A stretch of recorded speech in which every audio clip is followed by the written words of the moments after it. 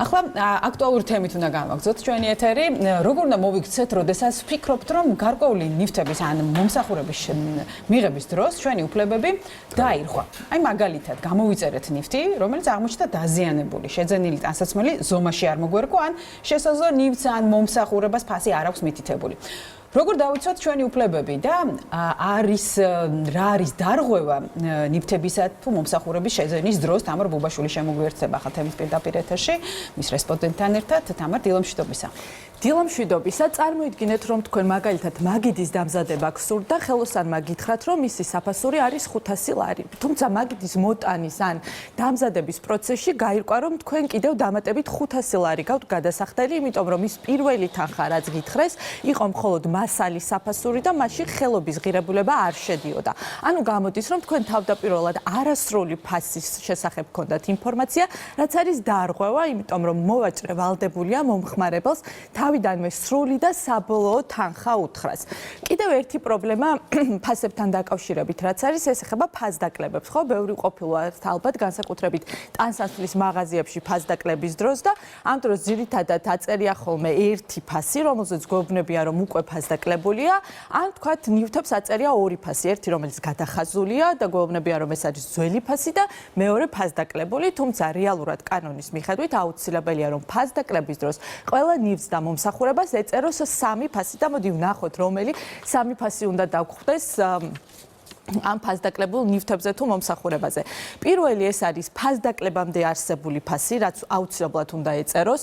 მეორე ფასი, რაც უნდა ვიცოდეთ, ეს არის ბოლო 30 დღის განმავლობაში ყველაზე იაფი რა ღირდა ეს ნივთი თუ მომსახურება და მეორე უკვე ამჟამინდელი ფასი, ანუ მესამე ამჟამინდელი, ანუ ფასდაკლებული, რაც მითითებული უნდა იყოს ყველა ფასდაკლებულ ნივთსა და მომსახურებაზე. მოდით ერთი მაგალითიც ვნახოთ უფრო თვალსაჩინოებისთვის. მაგალითად, ანუ პირველ ნაწილში ხედავთ, რომ ორი ფასია მითითებული, ერთი 100 ლარი გადახაზულია და აწერია, რომ ამჟამინდელი ფასდაკლებული არის 60 ლარი. თუმცა სინამდვილეში უნდა იყოს ყველა ნივთსა და მომსახურებაზე, აი მეორე ნაწილში როგორც ხედავთ, ხო? ფასდაკლებამდე ფასი გადახაზული, ბოლო 30 დღის განმავლობაში ყველაზე დაბალი ფასი გადახაზული და ამჟამინდელი, ასე ვთქვათ, ფასდაკლება, რაც არის ის უნდა იყოს მითითებული. ფასებთან დაკავშირებით კიდევ ერთი რეალური პრობლემა ეს არის ხოლმე, როდესაც სოციალურ ქსელში არ არის მითითებული კონკრეტული ფასი და ბევრს გვინახავს ალბათ ხო კომენტარებში, რომ წერია რა ღირს და ათობით ასეთი კომენტარი შეიძლება შეგვხვდეს, ამიტომ ამ შემთხვევაშიც მომხმარებლებმა და ალბათ მოვაჭრებმაც უნდა იცოდნენ, რომ აუცილებელია Facebook-ზე, Instagram-ზე, ნებისმიერ სოციალურ ქსელში თუ ონლაინ ვაჭრობის დროს აუცილებლად მითითებული უნდა იყოს ფასი, იმიტომ რომ წინააღმდეგ შემთხვევაში ეს იქნება კანონდარღვევა. ნივთის ან მომსახურების შეძენის დროს ჩვენთვის ფასს აქვს ძალიან დიდი მნიშვნელობა, იმიტომ რომ ხშირად სწორედ ფასი არის გადამწყვეტი, შევიძენთ თუ არა ამა თუ იმ ნივთს. და ამიტომ არის აუცილებელი, რომ კონკრეტული საბოლოო ფასი იყოს მითითებული ყველა ნივთზე და მომსახურებას და ეს ეხება არა მარტო იმ შემთხვევაში, როცა თქვა ცალობით ვყიდულობთ რაღაცას, არამედ როცა თქვა შეიძლება რაღაცა არის, რაც უნდა აიწონოს, ან უნდა გაიზომოს.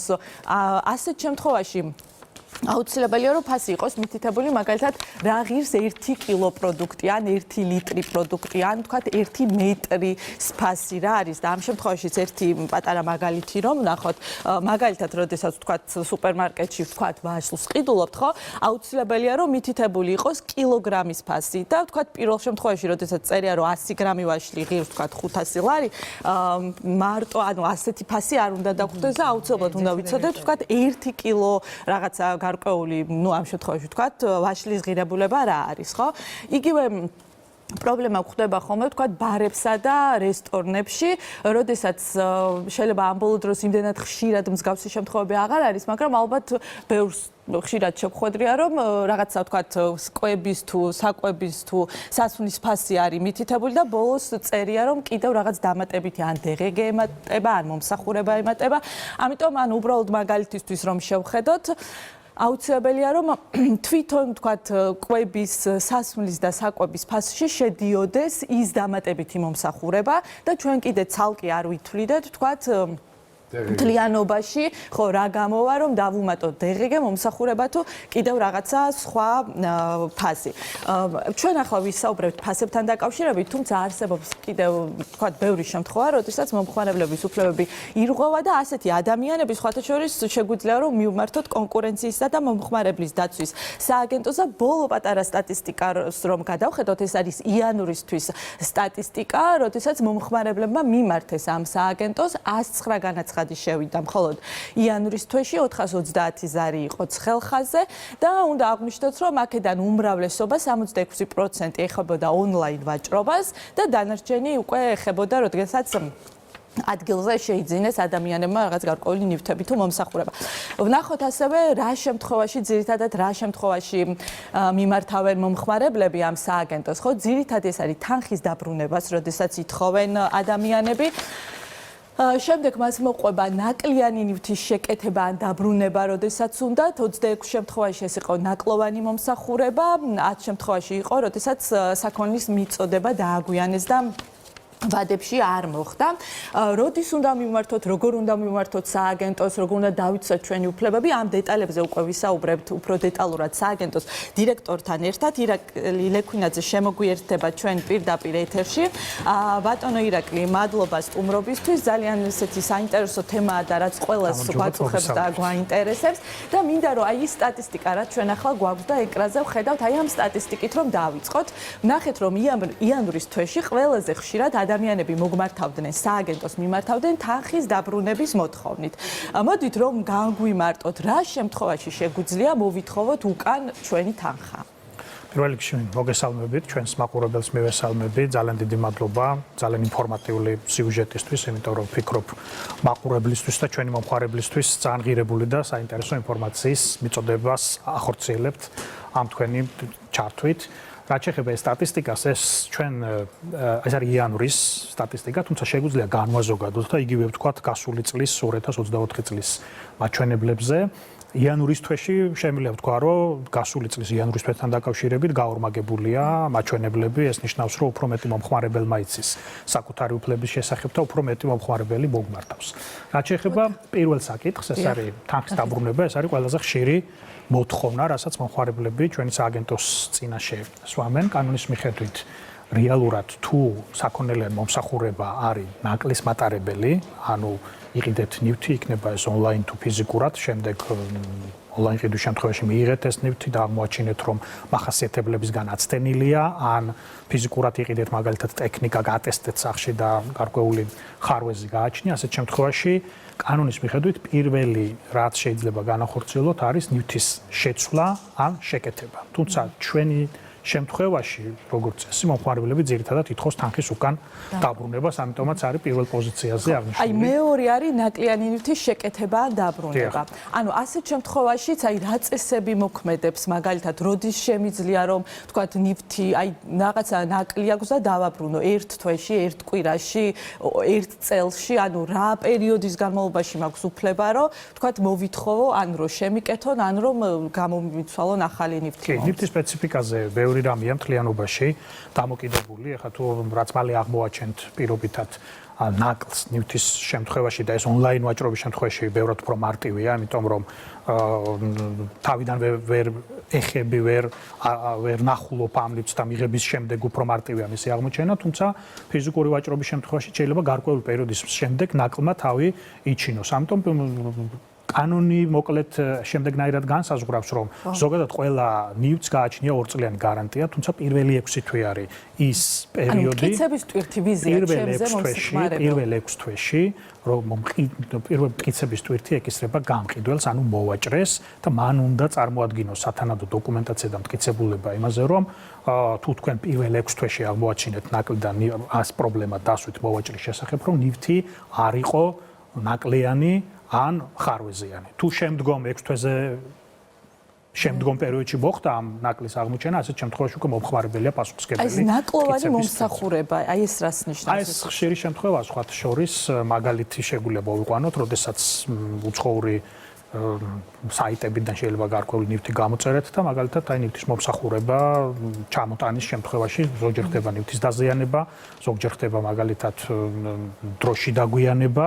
ეს ერთი მაგალითია, თუმცა მომსახურება ნაკლოვანი შეიძლება ძალიან მრავალფეროვანი სპექტრი იყოს, თუნდაც იგივე